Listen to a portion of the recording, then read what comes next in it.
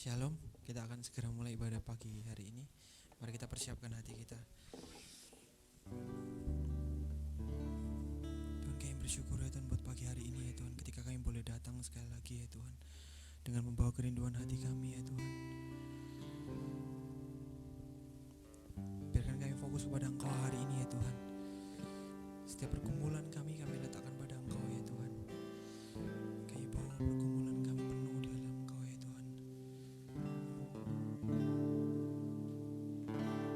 Ini hati kami Tuhan Yesus.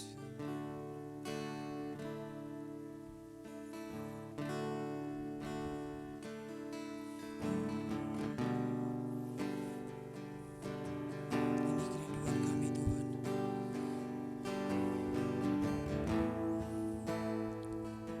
Dengan kami menyembah-Mu di tempat ini Tuhan.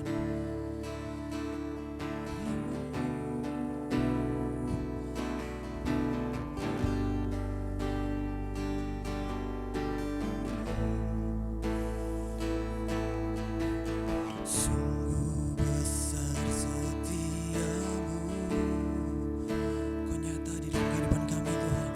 Nyata di sepanjang hidupku, darah-Mu telah layakkan kehidupanku.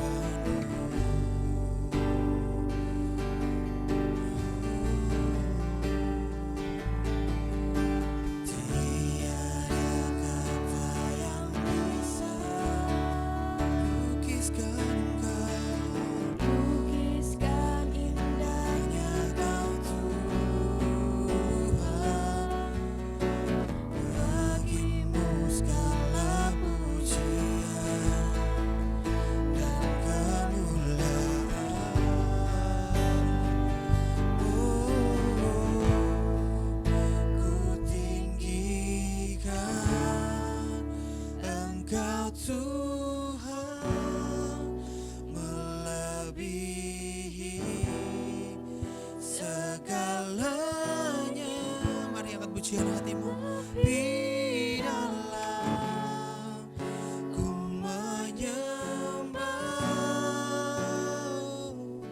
dalam roh dan kebenaran selamanya.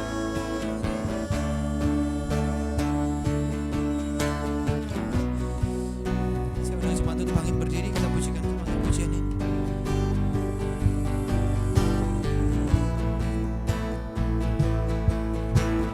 Sungguh besar setiamu,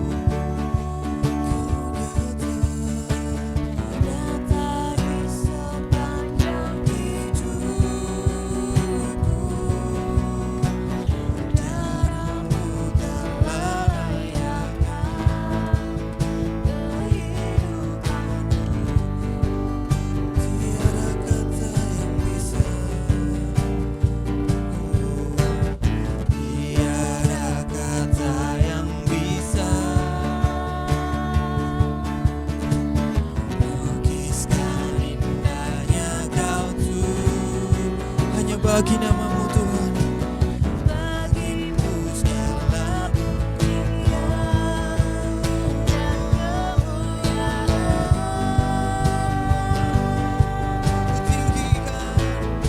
Kutinggikan Engkau Tuhan, melebihi segalanya,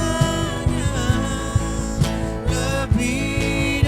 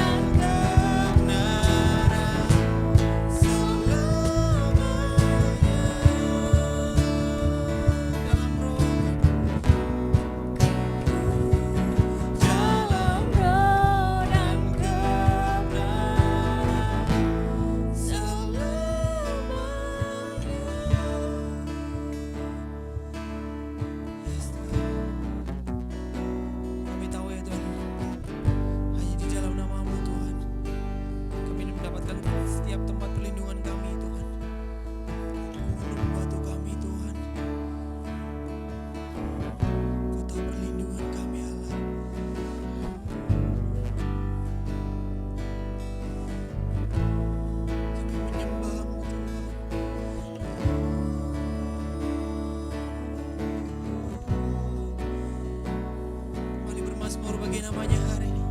Mari setiap hati hari ini angkat pujian. Mari nyanyikan kebesaran namanya.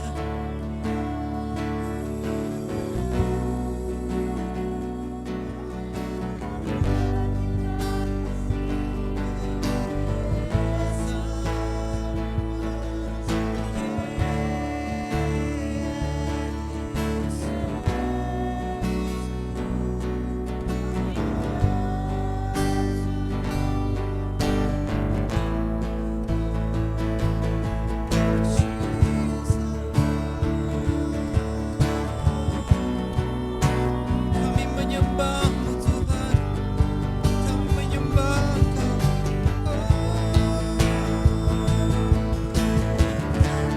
Tinggi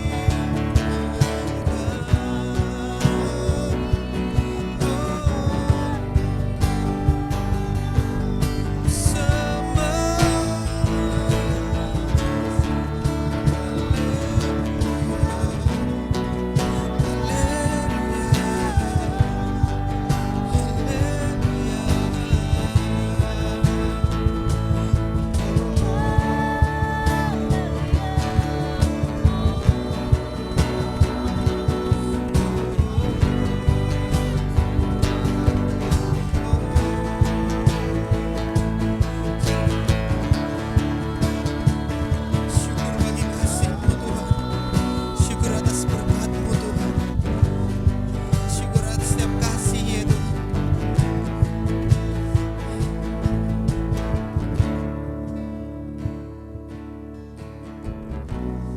Biarkan kami tenang ya Tuhan, duduk di dalam hadirat-Mu Tuhan. Ini waktu yang tepat ya Tuhan, antara kami dengan Engkau ya Tuhan, antara kami secara pribadi ya Tuhan datang padamu Tuhan.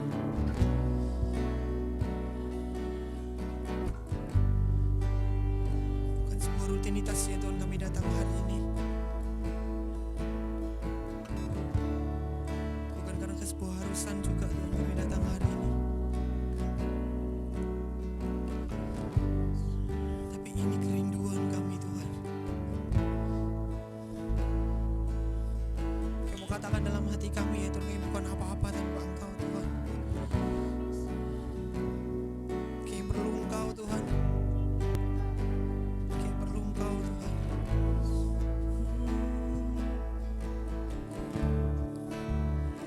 Dengan segala yang tidak berkenan dalam kehidupan kami ya Tuhan, Kau yang membantu kami, Kau yang memampukan kami ya Tuhan, untuk kami jadi serupa dengan Engkau Tuhan.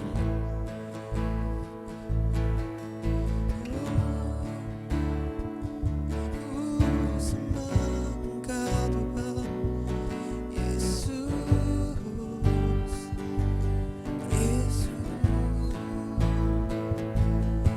Sembah, sembah.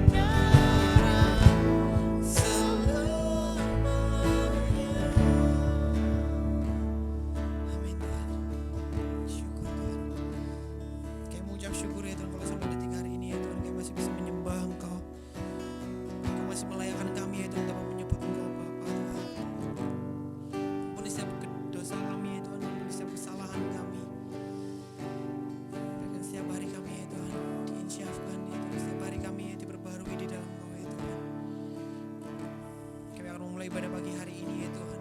Kami akan menyambut Engkau Allah Roh Kudus ya Tuhan. Berikan pujian dan hormat dari kami ya Tuhan. Ucapan syukur dari kami ya Tuhan. Berkumandang hanya untuk nama-Mu ya Tuhan. Ini doa dan kerinduan hati kami ya Tuhan, yang kami perasaan di dalam satu nama Tuhan Yesus Kristus. Haleluya. Kami mau menyembah nama-Mu Tuhan. Kami tinggikan Engkau Tuhan.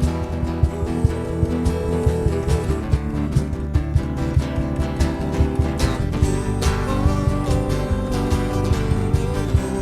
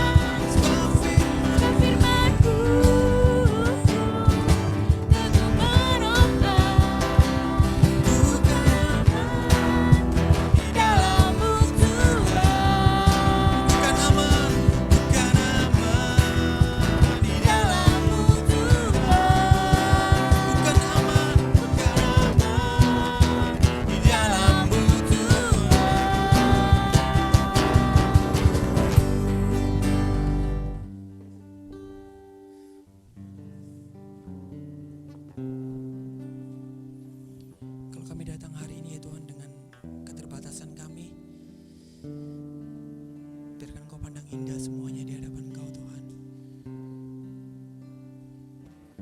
Kalau kami datang hari ini ya Tuhan, dengan luka kami Tuhan, biarkan Kau yang pulihkan dan sembuhkan.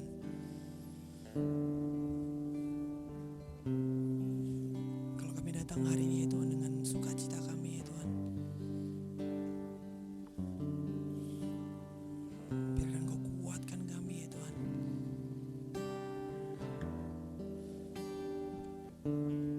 Apapun pergumulan kami saat ini ya Tuhan, kami mau tetap terus mendekat dengan Kau Tuhan.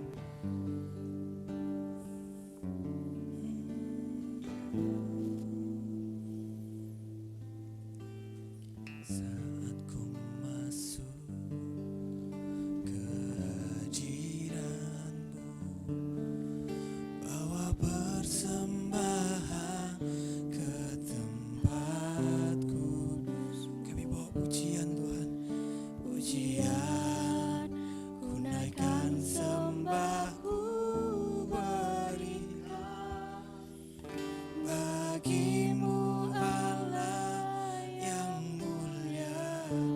Kau melayakkan kami Tuhan untuk menghadap-Mu. Kau layakkanku menghampiri-Mu, melihat tata kemuliaan-Mu Tuhan. Pujian ku naikkan, sembah ku berikan bagi-Mu Allah yang mulia. Oleh kuasa darah-Mu, Kau telah tebus dosaku.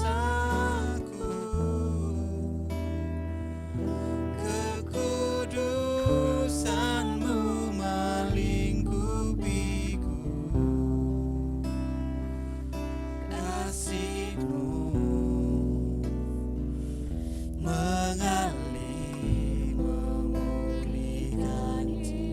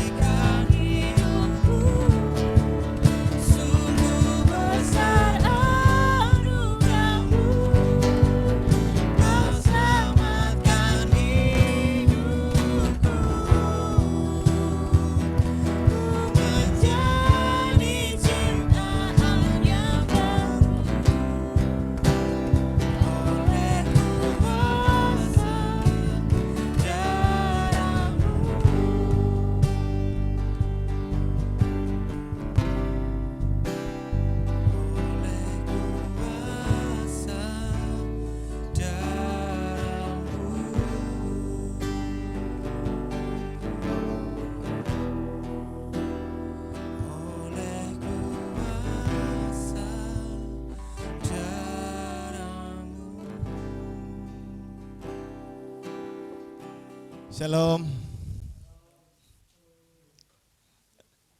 selamat hari Minggu, selamat beribadah. Oke, kita kembali berkumpul di tempat ini. Kita akan melanjutkan perenungan firman Tuhan dengan tema kota perlindungan ya. Kota perlindungan. Nah, saudara-saudara, tahukah kita bahwa orang-orang yang telah diselamatkan, orang-orang yang percaya kepada Kristus, orang-orang yang telah ditebus oleh Allah melalui penebusan yang dilakukan oleh Tuhan kita Yesus Kristus atas kayu salib untuk menebus kita, membuat kita menjadi miliknya, tanda kepunyaannya. Sehingga kita dimateraikan dengan darah itu bahwa kita ini adalah milik Tuhan. Dan ketika kita menjadi milik Tuhan, artinya ada sebuah ikatan atau ada sebuah legal standing gitu ya, ada sebuah pengesahan bahwa kita ini bukan milik dunia, tetapi kita adalah milik Allah, gitu ya, dalam kehidupan kita. Jadi ketika kita sudah ditebus oleh Kristus, maka kita dimateraikan di dalam darahnya, dan di dalam kuasa materai itu menandakan bahwa kita adalah milik Kristus dan kita bukan milik yang lain. Nah, di dalam kondisi yang demikian, artinya kita memiliki sebuah ikatan yang begitu kuat antara orang percaya dengan Kristus. Nah, di dalam kehidupan kita sebagai orang Kristen tentunya kita tidak mengelakkan atau tidak menghindari semua persoalan yang sementara kita hidupi di dalam hidup kita gitu ya. Sebagai orang percaya, walaupun kita sudah menjadi milik Kristus, walaupun kita sudah ditebus oleh darah Kristus, kita sudah diberikan hak istimewa sebagai anak-anak Allah, namun masalah terus tetap kita terima dalam hidup kita. Banyak hal. Di dalam kondisi pandemi ini banyak hal, ada yang bermasalah dengan masalah finansial, ada yang bermasalah dengan masalah hubungan dengan pasangannya, ada yang bermasalah dengan masalah-masalah kebutuhan rumah tangga dan seterusnya. Ada aja masalahnya. Di kantor bermasalah dengan rekan-rekan, teman sekerja, tim yang mungkin kurang solid dan seterusnya, membuat kita jengkel, membuat kita marah, membuat kita down, membuat kita patah semangat, sehingga akhirnya membuat kita menjadi orang-orang yang begitu susah dalam menghadapi hidup. Tapi itu kondisi di mana ketika kita masih berada di tengah-tengah dunia. Nah, saudara-saudara, ketika kita berbicara terkait dengan kota perlindungan, maka kita harus mengerti gambaran yang Alkitab nyatakan terkait dengan kota perlindungan sama seperti ketika Daud menyerukan atau mengeluarkan Mazmur berkata bahwa Allah adalah kota benteng, Allah adalah gunung batu, Allah adalah tempat perlindungannya, kota perlindungannya. Artinya Daud sementara menaikkan syukur ketika dia dikejar oleh Saul, ketika dia dikejar oleh musuh-musuhnya, ketika dia di dalam masa pelarian, ketika dia berada dalam keadaan sendiri, tidak ada satu orang pun yang bisa membantu dia karena dia menjadi buronan pada saat itu. Dan ketika dia menaikkan syukurnya dengan mengatakan bahwa Allah adalah kota perlindungannya, maka dalam imannya Daud menyatakan bahwa Tuhanlah yang menjadi sandaran satu-satunya di dalam setiap persoalan, setiap masalah yang dia hadapi. Nah, pertanyaan yang sangat sederhana bagi kita semua adalah ketika kita menjadi orang percaya, siapa tempat pegangan kita yang kita pegang dalam hidup kita? Siapa yang menjadi tempat di mana kita memberikan iman kita, keyakinan kita, kepercayaan kita terkait dengan situasi-situasi yang kita alami? Nah, kita ini ketika menjadi hidup di dalam dunia ini, benteng kita ini yang mana? Tempat perlindungan kita yang mana? Apakah tempat perlindungan kita yang benteng-benteng kecil itu mungkin saja tentang keuangan kita, kekayaan kita, harta kita, kedudukan kita, status sosial kita, orang tua kita, bos kita, pasangan kita yang menjadi tempat perlindungan kita? Saudaraku, dengan gambaran terkait dengan benteng pertahanan itu, kita dapat menemukan bahwa semuanya itu rapuh dan bukan yang paling kuat di dalam kehidupan kita. Tetapi Allah yang menjadi kota perlindungan, menjadi benteng yang terakhir, yang paling kuat dan paling kokoh, yang membuat kita aman. Makanya kalau seandainya terjadi peperangan seperti itu, masyarakatnya akan dibawa ke tempat perlindungan tersebut. Dan yang ada di tengah-tengah kota, di belakang benteng-benteng yang lain, itu prajurit yang siap berperang. Nah kita, dalam hidup kita siapa atau apa yang menjadi kota perlindungan kita? Pegangan kita ketika kita hidup di tengah-tengah dunia ini. Padahal kita tahu bahwa kita telah ditebus oleh Kristus, dimateraikan di dalam darahnya, menjadi milik kepunyaannya. Tapi cenderungnya kita tidak pernah mengandalkan Allah atau menjadikan Allah sebagai kota perlindungan kita atau sebagai kota benteng hidup kita. Tapi malah kita menaruh sukacita kita, menaruh damai sejahtera kita kepada harta yang kita punya, kedudukan sosial yang kita punya, promosi di kantor yang kita punya, pasangan hidup yang kita punya. Sehingga ketika terjadi sesuatu di dalam hidup kita menyangkut hal-hal yang demikian, misalkan dalam pekerjaan tiba-tiba bangkrut gitu ya, damai sejahteranya hilang dan akhirnya sulit untuk bangun kembali. Ketika hubungan dengan sesama, dengan kekasihnya mungkin terjadi bentrokan, membuat down dan akhirnya mundur dari segalanya gitu ya, dari pelayanan, mundur dari pekerjaan gitu ya.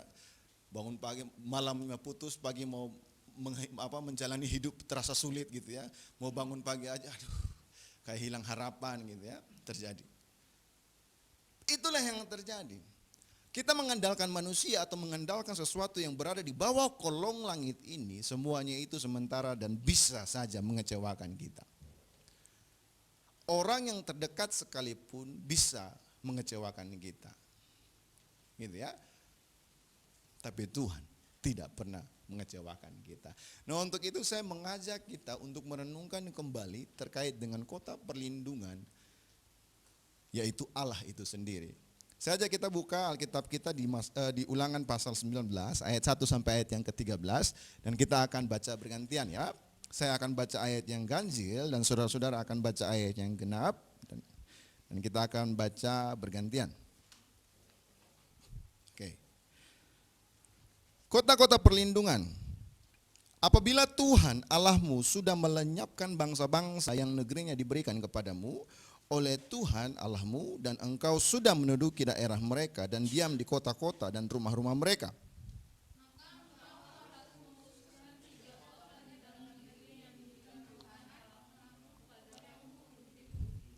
Engkau harus menetapkan jauhnya jalan dan membagi dalam 3 bagian wilayah negeri yang diberikan Tuhan Allahmu untuk dimiliki olehmu, supaya setiap pembunuh dapat melarikan diri ke sana.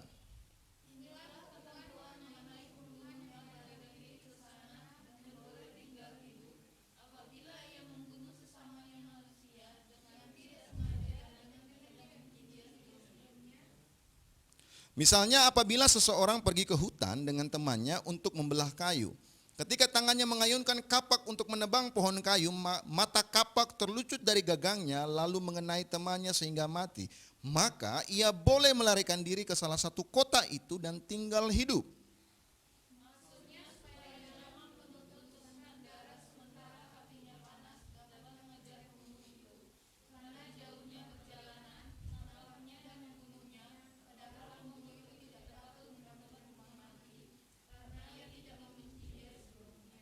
Itulah sebabnya aku memberi perintah kepadamu demikian.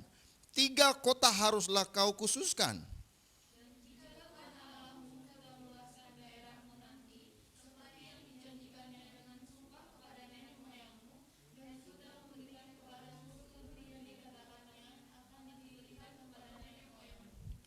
Apabila engkau melakukan dengan setia perintah ini yang kusampaikan kepadamu pada hari ini dengan mengasihi Tuhan Allahmu dan dengan senantiasa hidup menurut jalan yang ditunjukkannya, maka haruslah engkau menambah 3 kota lagi kepada yang 3 itu.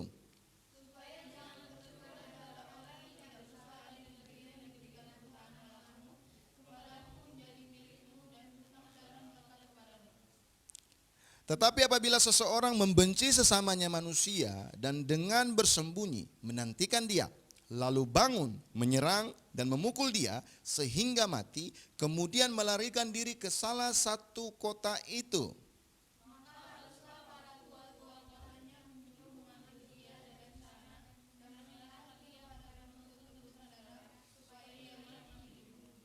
Janganlah engkau merasa sayang kepadanya, demikianlah harusnya kau hapuskan darah orang yang tidak bersalah dari antara orang Israel, supaya baik keadaanmu. Kita baca bersama-sama ayat 9 ya, sebagai ayat pokoknya. 1, 2, 3. Apabila engkau melakukan dengan setiap perintah ini yang kusampaikan kepadamu pada hari ini, dengan mengasihi Tuhan Allahmu, dengan senantiasa hidup menurut jalan yang ditunjukkannya, maka haruslah engkau menambah 3 kota lagi kepada yang 3 itu. Oke, baik. Bagi yang minggu lalu tidak bersama-sama dalam ibadah ini, saya review kembali. Nah, di dalam budaya Israel kuno ya, di zamannya Musa pada saat itu, hukum Taurat itu kan digambarkan sebagai hukum yang mengatur kehidupan bermasyarakat bagi suku Israel pada saat itu, bangsa Israel pada saat itu. Nah, kita mengenal sebuah hukum yang terkenal yang dikutip oleh Tuhan Yesus sendiri, yaitu mata ganti mata, gigi ganti gigi. Nah, apabila terjadi pembunuhan, baik sengaja atau tidak sengaja, sebelum hukum ini dikeluarkan, perintah ini dikeluarkan, arahan ini dikeluarkan dalam Ulangan pasal 19 ini, maka ada orang yang disebut dengan Goel gitu ya, yaitu saudara laki-laki terdekat yang akan menjadi penuntut darah. Jadi ini yang harus kita pahami, status kita ini siapa dan siapa yang kita percaya. Daud menggambarkan Allah sebagai tempat perlindungan, sebagai kota perlindungan, tapi tahukah kita siapa Allah sebenarnya? Kita lebih cenderung menaruh rasa aman, rasa tenang, rasa damai sejahtera kita kepada hal-hal materi yang kita pegang atau orang-orang yang terdekat dengan kita yang kita merasa aman. Tapi tahukah kita bahwa semuanya itu hanya bersifat sementara dan semuanya itu bisa saja mengecewakan. Daud dia tidak menaruh itu kepada Samuel sebagai orang yang memberikan pengurapan kepadanya sebagai seorang raja ketika Saul mengejar dia. Daud tidak memberikan rasa aman itu kepada anaknya Saul sebagaimana dia adalah istrinya Daud dalam kehidupannya. Daud tidak menaruh rasa aman itu kepada keluarganya, tapi Daud menaruh rasa amannya itu kepada Allah. Nah, siapa Allah sehingga dapat menjadi kota perlindungan yang kuat, yang teguh di dalam kehidupannya Daud?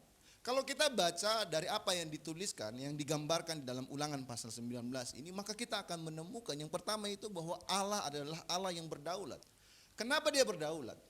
Karena dia yang menentukan hukum itu. Karena dia yang menentukan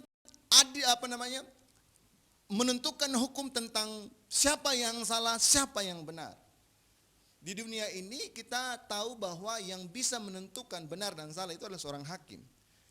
Dan keputusan yang diberikan oleh hakim itu bersifat mengikat dan ingkrah, gitu ya.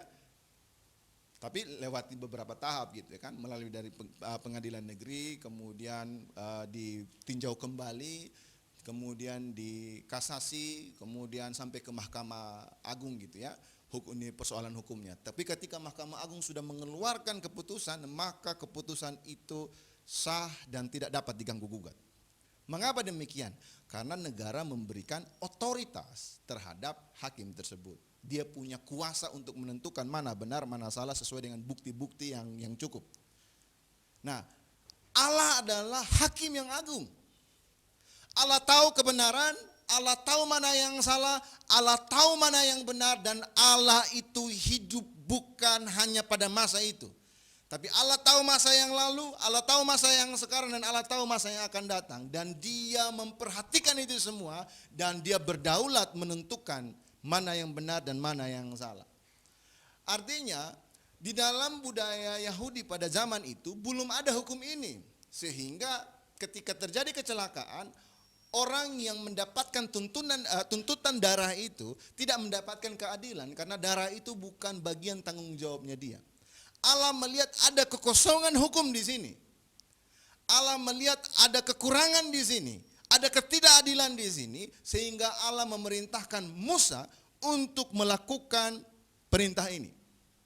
Artinya Allah yang kita sembah adalah Allah yang berdaulat, yang menentukan benar atau salah, menentukan jalan keluar, memberikan solusi bagi setiap kekosongan. Itulah Allah yang berdaulat.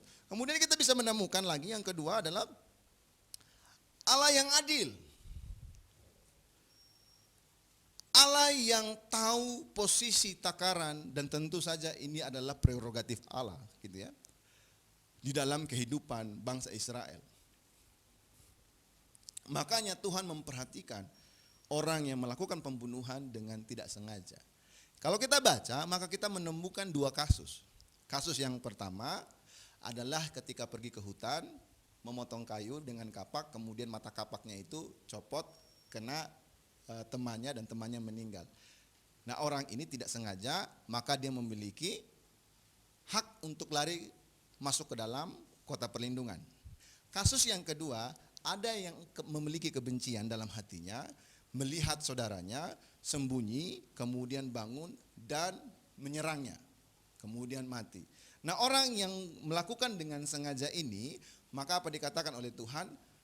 Tua-tua di dalam kota perlindungan itu akan menyerahkan dia kepada si penuntut darah itu, yaitu Goel tadi, saudara laki-laki yang terdekat itu. Karena itulah keadilan itu. Jadi Tuhan bukan hanya asal saja kota perlindungan ini siapa saja bisa masuk. Orang yang bisa masuk di situ adalah benar-benar orang-orang yang benar-benar membutuhkan keadilan itu. Ketidaksengajaan itu yang terjadi. Jadi Allah tahu takaran di mana benar dan salah. Allah tahu takaran itu dengan seimbang, sehingga setiap hak dari anak-anaknya itu mendapatkan tempat yang sama dengan semua yang ada.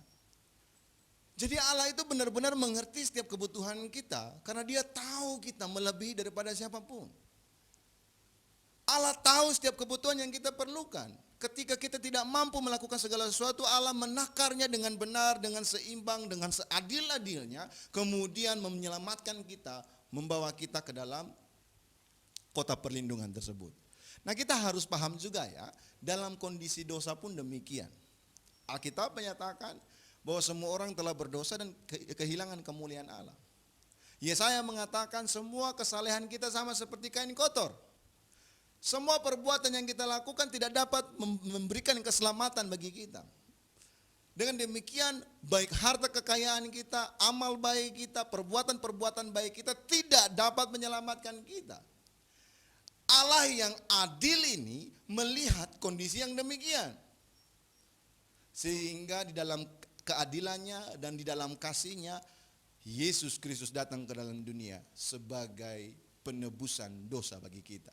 Kitanya yang harus mati, kitanya yang harus binasa, kitanya yang harus mendapatkan hukuman yang kekal itu. Tetapi semuanya itu ditanggung Kristus di atas kayu salib. Supaya apa? Supaya kita beroleh mendapatkan keselamatan dalam hidup kita. Itulah keadilan Allah. Kita diselamatkan bukan karena perbuatan baik kita, bukan apa yang kita lakukan, bukan karena apa yang kita punya, tetapi karena Allah mengasihi kita dengan caranya yang adil itu, Dia menyelamatkan kita. Kita tidak mampu, kita tidak bisa melepaskan belenggu yang berdosa itu dalam hidup kita. Allah datang ke dalam dunia menyelamatkan kita. Nah, yang ketiga adalah Allah yang pemurah. Allah yang sangat bijaksana. Saudara-saudara, kalau kita melihat Allah sampai turun tangan, memberikan campur tangannya untuk menciptakan sistem ini sehingga seseorang yang tadi tidak bersalah itu bisa mendapatkan keselamatannya. Artinya Tuhan tidak pernah menutup mata terhadap orang-orangnya, umatnya, anak-anak yang dikasihinya. Sehingga Tuhan melihat sampai detail, sampai hal yang seperti itu. Dia mau atur dalam kehidupan kita. Nah, kurang lebih ketika kita baca Ulangan pasal 19 ini, kita akan menemukan Dia Allah yang Allah yang maha adil, Dia adalah Allah yang pemurah, kemudian Dia adalah Allah yang berdaulat mengatur hidup kita. Dan Allah yang di dalam atribut-atributnya ini lah yang memberikan ruang bagi kita masuk sebagai kota perlindungan. Nah untuk itu hari ini saya mau katakan bagi kita semua, kalau hari-hari ini kita masih memegang sesuatu yang di dalam dunia ini sebagai tempat di mana kita berlindung, hari ini mari kita belajar untuk melepaskannya dan menaruh tempat yang aman itu adalah Allah sendiri dalam hidup kita. Tapi kita harus pahami juga, karena tadi telah Allah atur dengan 2 contoh kasus tadi terkait dengan seseorang yang melakukan kesalahan dengan sengaja dan melakukan kesalahan yang tidak sengaja. Artinya di dalam ruang lingkup kehidupan dalam kota perlindungan itu pun ada aturan yang berlaku di dalamnya. Kita nggak bisa seenaknya untuk hidup di dalam kota perlindungan itu. Dengan sengaja kemudian karena melakukan pembunuhan kemudian dengan sengaja melakukan dosa lagi di dalam kota perlindungan itu. Nggak bisa. Untuk itu kita dapat memahami ketika kita hidup di dalam Allah yang pemurah, Allah yang adil dan Allah yang berdaulat, ada aturan mainnya dalam kehidupan kita. Nah, sebagai orang percaya kita harus tahu bahwa ada aturan mainnya ketika kita hidup di dalam kerajaan Allah. Di dalam kota perlindungannya itu Allah sendiri. Nah yang pertama adalah respon. Perhatikan baik bagaimana komunikasi antara Allah kepada Musa dan Musa kepada orang-orang Israel. Ketika Allah yang berdaulat itu memerintahkan Musa untuk buat 3 kota perlindungan. Nah kalau nanti sudah besar nanti ditambah 3 lagi. Apa yang Musa lakukan? Musa tahu bahwa dia dipanggil oleh Allah. Musa tahu bahwa Allahnya adalah Tuhan yang hidup, Tuhan yang berdaulat, Tuhan yang pemurah, Tuhan yang adil. Respon yang baik adalah menindaklanjuti apa yang diperintahkan itu. Nah sebagai orang percaya harusnya kita begitu juga kan? Kita percaya kepada Allah, diselamatkan karena kasih karunia, kita hidup di dalam anugerah itu, maka kita harus hidup sebagaimana kita hidup sebagai orang yang telah dibenarkan. Kamu tidak bisa sebagai seorang yang masuk dalam kota perlindungan, kemudian kamu hidup di dalam kota tersebut dengan seenaknya. Kamu hidup tanpa melihat aturan yang berlaku di dalam kota tersebut. Begitu juga dengan kita, saudaraku yang kekasih. Ketika kita menjadi Allah sebagai tempat perlindungan, maka kita harus hidup sesuai dengan aturan yang berlaku di dalam kota perlindungan itu. Yaitu apa? Melakukan apa yang Dia kehendaki dan apa yang Dia mau. Di ayat 9, Tuhan berkata kepada Musa, apabila engkau melakukan dengan setia perintah ini yang kusampaikan kepadamu hari ini dengan mengasihi Tuhan Allahmu dan dengan senantiasa hidup menurut jalan yang ditunjukkannya, maka haruslah engkau menambah 3 kota lagi kepada yang 3 itu. Tuhan menuntut respon. Kita yang menjadikan Allah sebagai tempat perlindungan, Tuhan meminta respon dari kita kepadanya. Dan responnya harusnya kita berikan kepada Allah adalah setia melakukan apa yang Dia perintahkan kepada kita. Jadi respon yang benar adalah ketika Allah berbicara, Ialah setia untuk melakukan apa yang disampaikan. Nah banyak orang Kristen tidak hidup di dalam respon yang benar itu. Kita sudah diselamatkan oleh anugerah Allah, dimateraikan dalam darahnya sebagai milik kepunyaannya Kristus, tapi kita masih mau hidup seenaknya. Sama seperti orang bule yang datang ke dalam Indonesia, tapi dia mau hidup dengan gaya hidup bule. Tidak bisa. Kita dahulu adalah hamba dosa. Kita dahulu adalah orang-orang yang hidup semaunya kita, seenaknya kita. Tetapi kita adalah orang-orang yang telah ditebus oleh Kristus dan masuk ke dalam hubungan yang intim dengan Allah. Nah ketika kita masuk dalam hubungan yang intim dan Allah sebagai kota tempat perlindungan kita, harusnya respon kita adalah setia terhadap apa yang diperintahkan kepada kita. Kita hidup sesuai dengan panggilannya, kita hidup sesuai dengan aturannya, kita hidup sesuai dengan kasih karunia-Nya yang diberikan kepada kita. Sekalipun kita jatuh, maka kita akan sama seperti orang yang tidak sengaja ini. Jadi kita harus membedakan antara 2 ini ya, sengaja dan tidak sengaja. Banyak hal yang kita bisa jatuh dalam dosa karena ketidaksengajaan kita, terjebak. dan kita jatuh. Konsekuensinya bangkit dan tinggalkan itu. Sebab apa? Kasih karunia berlaku atas kita. Tetapi bagaimana kasusnya dengan disengaja? Tidak bisa. Dosa itu menular, dosa itu merusak. Awalnya jengkel, buka pelan-pelan gitu ya. Hatinya jengkel, marah, mulai kepahitan. Dari kepahitan mulai muncul kebencian. Muncul kebencian, Alkitab mencatat dia mulai bersembunyi diam-diam gitu ya. Allah memberikan perumpamaan ini contoh ini kepada Musa. Ada kebencian dalam hatinya, kemudian dia diam-diam bersembunyi, kemudian bangun dan menyerang. Itu adalah jalur di mana kuasa dosa selalu bekerja.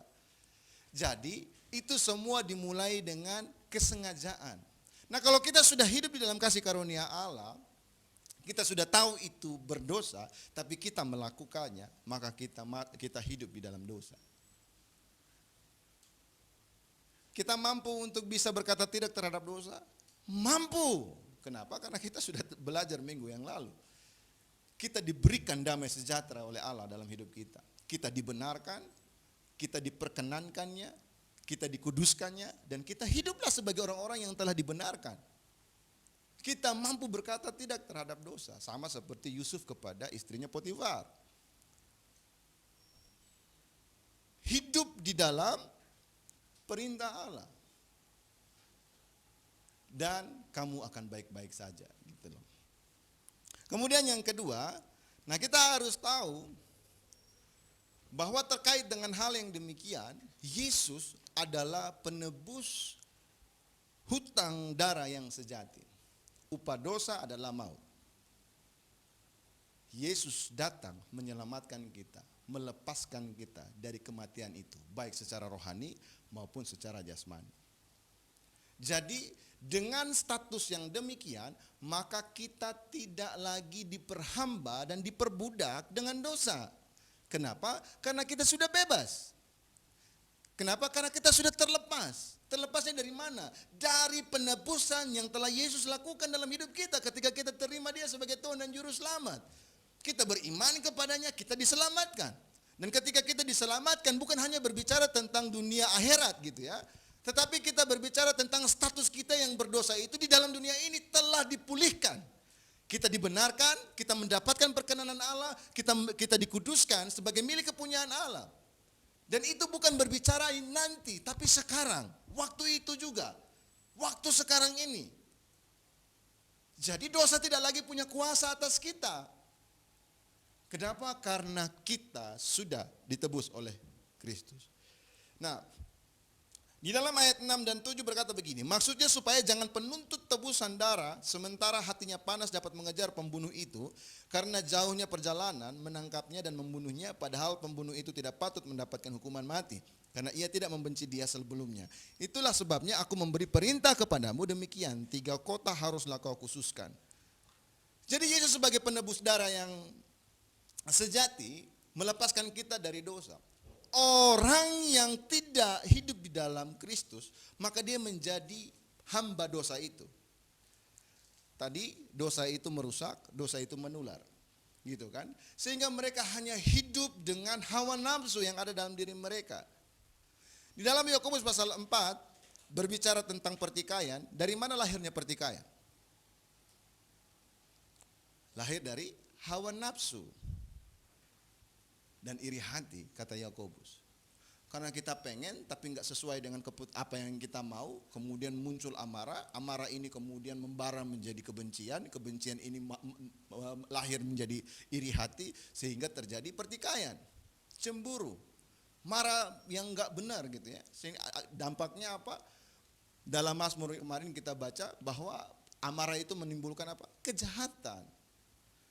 Dan akhirnya membuat kita hidup terbelenggu di dalam dosa. Nah, Yesus sebagai penebus darah yang sejati, dosa tidak punya kuasa atas itu. Kita mampu berkata tidak kepada dosa. Mengapa demikian? Kenapa Allah harus datang dan menyelamatkan kita, menebus kita melalui penebusan darah ini? Mengapa? Karena ini. Dia adalah kasih itu sendiri. Dia mengasihi kita.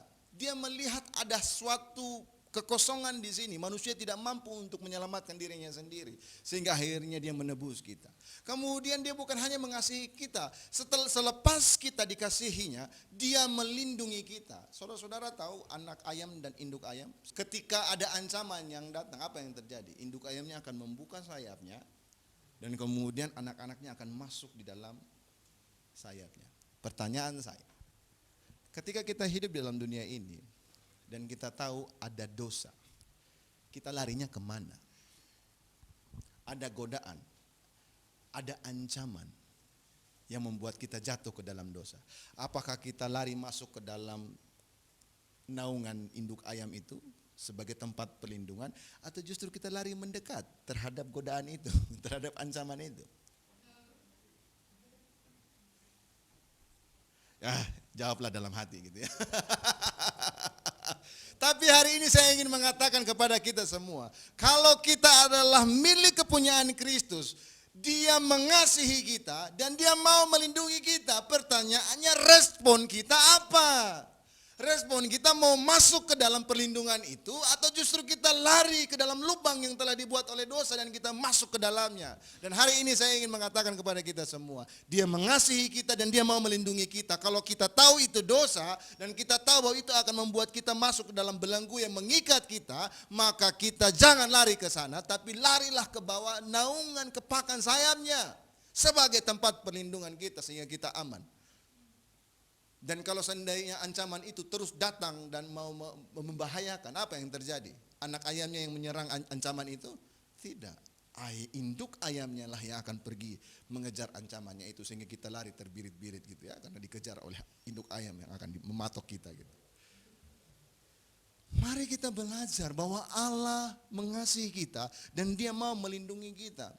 Dan ingat, Dia menyelamatkan kita bukan hanya terkait dengan kehidupan kekal saja, tapi dalam pemeliharaannya, di dalam perlindungannya ketika kita hidup di tengah-tengah dunia. Kuncinya satu, respon yang baik di hadapan Tuhan ketika Tuhan menyampaikan kebenarannya, menyampaikan perintahnya. Dan yang ketiga adalah hidup di dalam kekudusan. Kalau kita baca di ayat 11 sampai ayat yang ke-13.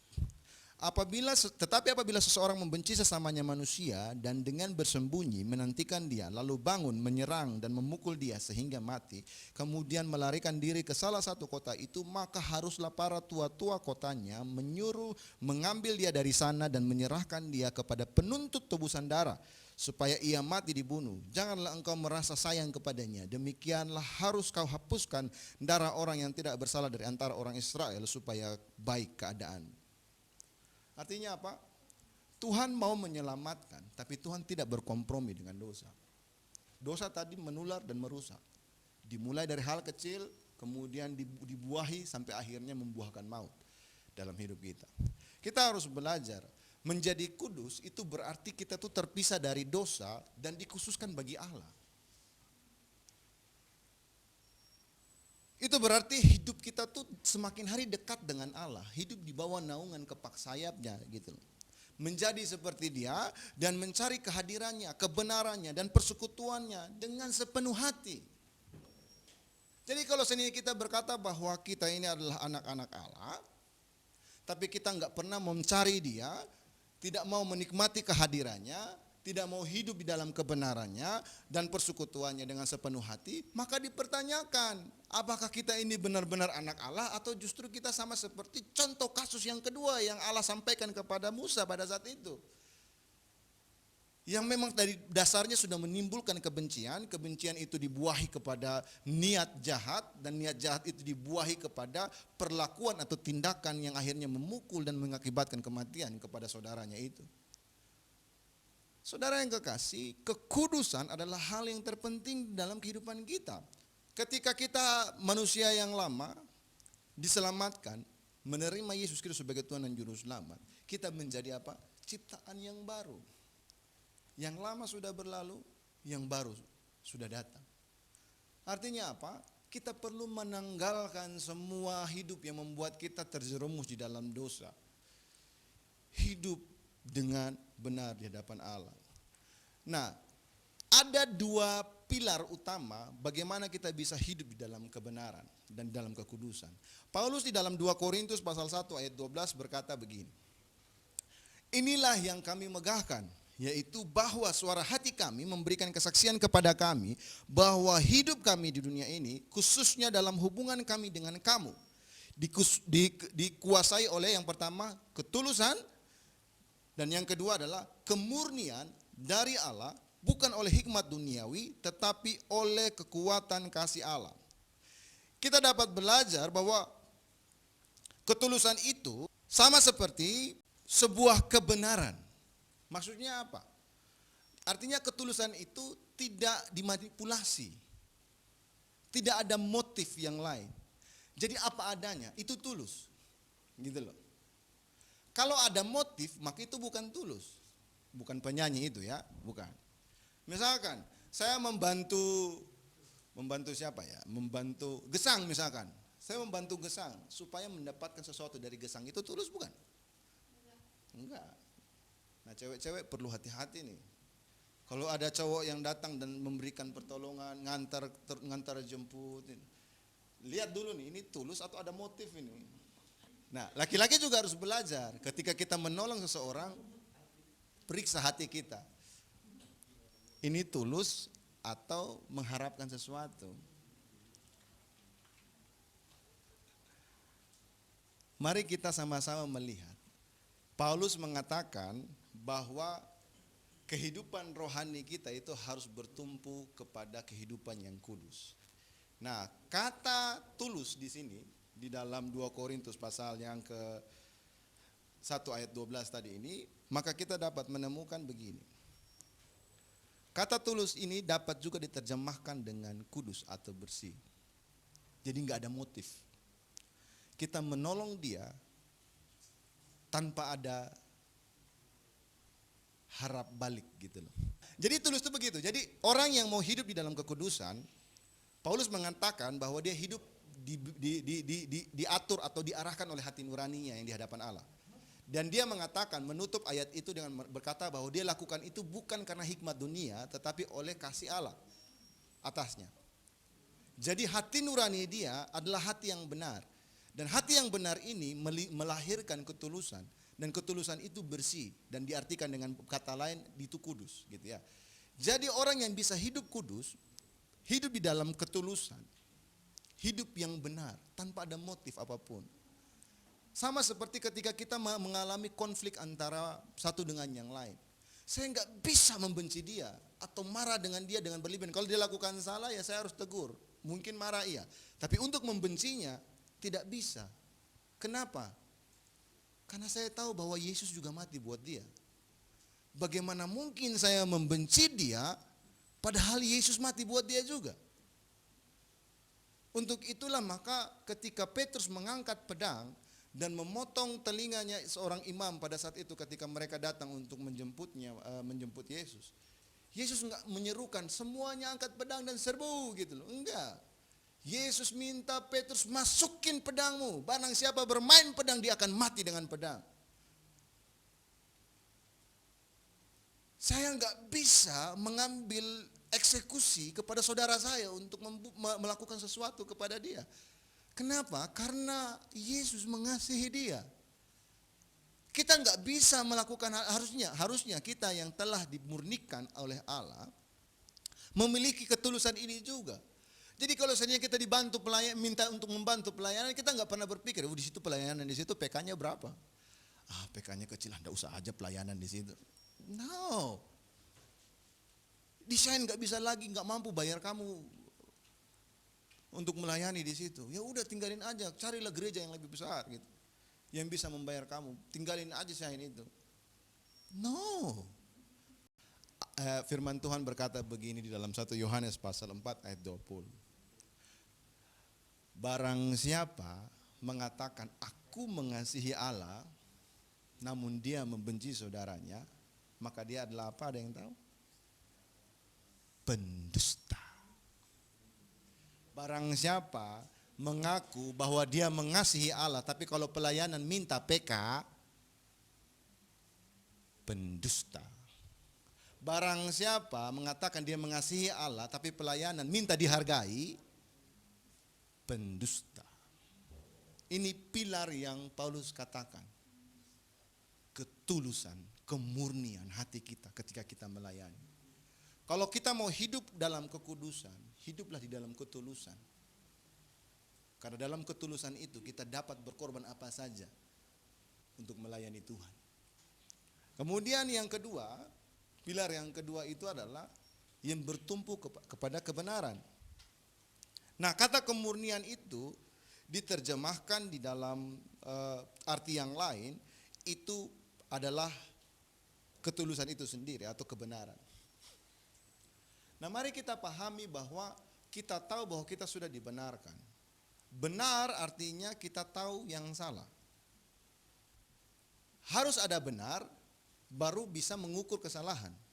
Selama tidak ada kebenaran, maka kita tidak bisa mengukur kesalahan. Misalkan begini, ketika kita waktu hidup sebagai manusia yang lama, yang suka mutung, suka marah-marah gitu, dan kita terbiasa dengan itu, misu sana, misu sini gitu ya, ngatain sana, ngatain sini, merendahkan sana, merendahkan sini, gitu. Tapi ketika kita bertemu dengan kebenaran, Roh Kudus menjamah hati kita, memberikan pemahaman bahwa Yesus mengasihi dia. Dan kita tahu bahwa bagaimana hukum tentang kasih, mengasihi sesama. Sama seperti kita mengasihi diri kita sendiri. Akhirnya kita tahu apa yang terjadi. Apakah kita masih mau misu sana, misu sini, merendahkan sana, merendahkan sini, menghakimi sana, menghakimi sini? Harusnya tidak. Kenapa? Karena kita sudah tahu kebenaran. Kebenaran ini sebagai pembuktian atau dasar di mana kita bisa melihat kesalahan. Dulu waktu kita belum tahu kebenaran, kita akan hidup saja di dalam kesalahan ini tanpa ada rasa bersalah. Tapi ketika kita sudah tahu kebenaran, pas kita lakukan lagi sesuatu yang biasanya kita lakukan, ada sesuatu di hati ini yang berbicara, yang membuat kita merasa nggak nyaman dengan kehidupan yang seperti itu. Dan akhirnya apa? Ketika kita meresponinya, maka kita akan terbebas dari belenggu itu, kebiasaan itu. Tapi ketika kita tidak meresponinya, nanti aja lah.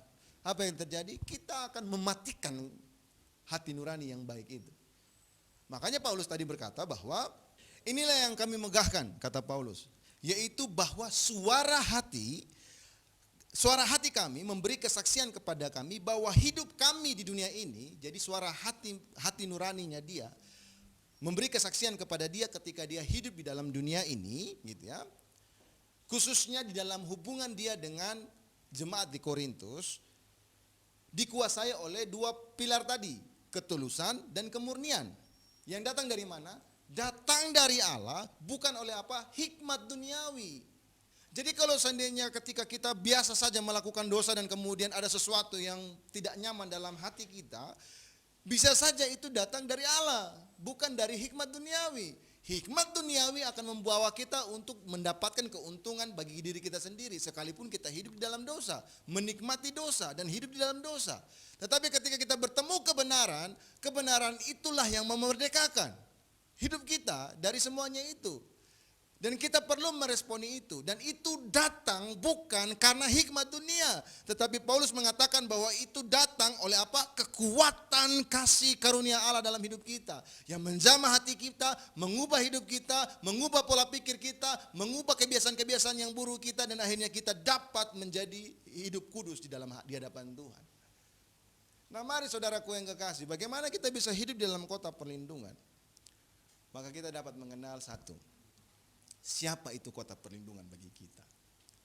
Di dalam Ulangan pasal 19 tadi kita menemukan bahwa Allah adalah kota perlindungan kita. Dan ketika Allah menaruh kebijakan itu kepada Musa bagi bangsa Israel, maka kita dapat menemukan bahwa dia adalah Allah yang berdaulat. Dia adalah Allah yang murah hati. Dia adalah Allah yang adil. Kita hidup di dalamnya. Untuk itu kita memerlukan respon yang baik, yaitu menaati firman-Nya, melakukan perintahnya. Dan menyadari bahwa kita telah ditebus oleh Yesus Kristus sebagai penebusan yang sejati bagi kita atas hutang darah, atas tuntutan dosa, yaitu maut yang akan menghampiri kita. Dan kita harus paham, Allah melakukan itu karena Dia mengasihi kita, karena Dia melindungi kita, dan karena Dia menyelamatkan kita. Mari kita mengubah pola pikir kita ketika kita berhadapan antara godaan iblis, dosa, dan kasih karunia.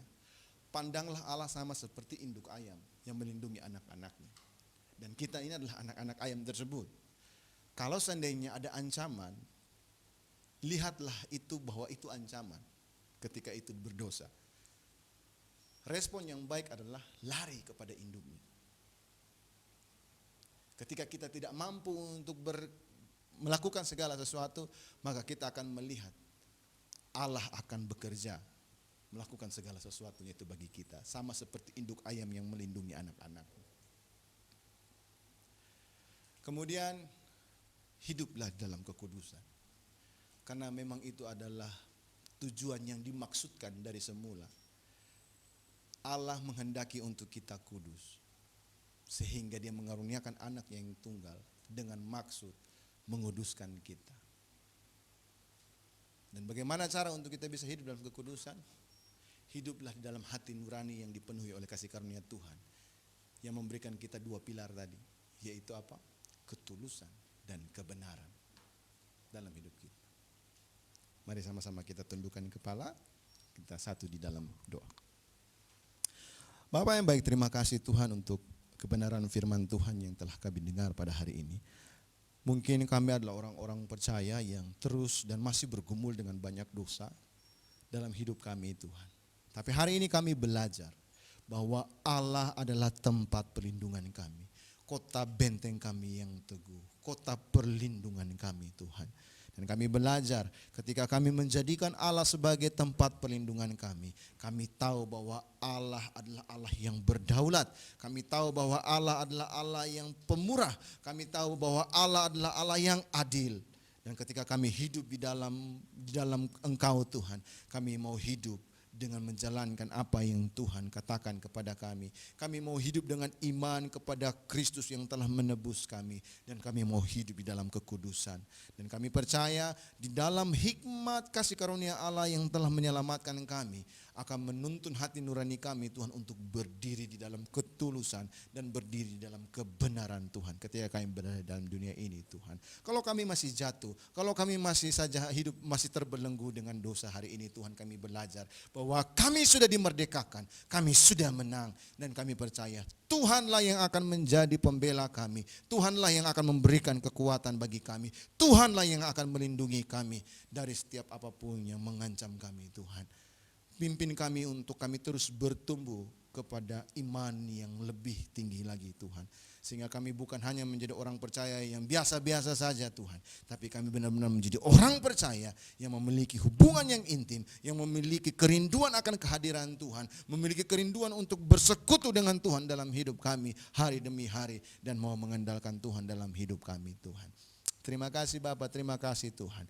Kiranya Tuhan menjamah setiap jemaat Tuhan yang ada di tempat ini dan membawa kami untuk terus bertumbuh untuk menjadi serupa dengan Kristus. Terima kasih Bapa, di dalam nama Tuhan Yesus. Haleluya. Amin.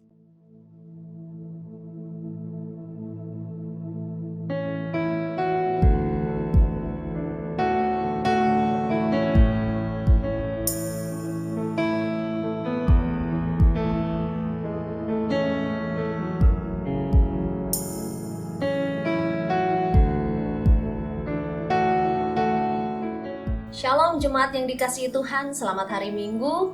Kami mengucapkan selamat datang dan selamat bergabung kepada jemaat Tuhan yang baru pertama kali ikut beribadah bersama kami di Shine Surabaya. Nah, kita akan mendengarkan warta sepekan karena berhubung masih harus mengikuti protokol kesehatan sehingga beberapa kegiatan harus kita batasi. Yang pertama, untuk persekutuan doa tetap akan dilakukan pada hari Sabtu jam 7 malam di Shine Center. Kemudian untuk minggu depan kami tetap mengundang jemaat Tuhan untuk beribadah bersama dengan kami. Nah, jika jemaat Tuhan ingin beribadah secara langsung dapat mengikuti ibadah yang pertama di Shine Center pada pukul 10 pagi. Tetapi jika jemaat Tuhan memiliki halangan atau tidak dapat beribadah secara langsung, tetap kami mengundang jemaat untuk beribadah secara online melalui kanal YouTube Shine Surabaya. Lalu untuk persembahan, jemaat dapat mentransfernya ke rekening gereja yang tertera di layar. Ya, mari tetap semangat, tetap optimis, dan selalu mengikuti protokol kesehatan dengan menjaga jarak, gunakan masker, dan secara rutin mencuci tangan. Ya, mari kita terus bertumbuh di dalam kasih Tuhan dan menjadi gereja yang mencintai Tuhan dan mengasihi sesama. Mari jemaat Tuhan angkat kedua tangan dan terimalah berkat dari Tuhan. Tuhan memberkati engkau dan melindungi engkau. Tuhan menyinari engkau dengan wajahnya dan memberi engkau kasih karunia. Tuhan menghadapkan wajahnya kepadamu dan memberi engkau damai sejahtera. Dan ketahuilah bahwa berkat dari Allah Bapa, kasih karunia di dalam Kristus Yesus Tuhan kita yang hidup, dan juga persekutuan yang intim bersama-sama dengan Roh Kudus akan menyertai kita semua dari hari ini sampai kedatangan Tuhan yang kedua kali menjemput kita mempelainya di awan-awan. Kami klaim berkat ini hanya di dalam nama Bapa, Putra dan Roh Kudus, di dalam nama Tuhan Yesus. Kami akan menutup ibadah kami pada siang hari ini Tuhan dengan doa yang telah Tuhan ajarkan kepada kami. Bapa kami yang di surga, dikuduskanlah namamu, datanglah kerajaanmu, jadilah kehendakmu di bumi seperti di surga. Berikanlah kami pada hari ini makanan kami yang secukupnya, dan ampunilah kami akan kesalahan kami seperti kami juga mengampuni orang yang bersalah kepada kami. Dan janganlah bawa kami ke dalam pencobaan, tetapi lepaskanlah kami daripada yang jahat, karena Engkaulah yang punya kerajaan, kuasa dan kemuliaan sampai selama-lamanya. Amin. Oke, silakan duduk kembali. Saya berikan kesempatan bagi kita semua untuk mengambil waktu teduh di hadapan Tuhan. Selamat hari Minggu, Tuhan Yesus memberkati.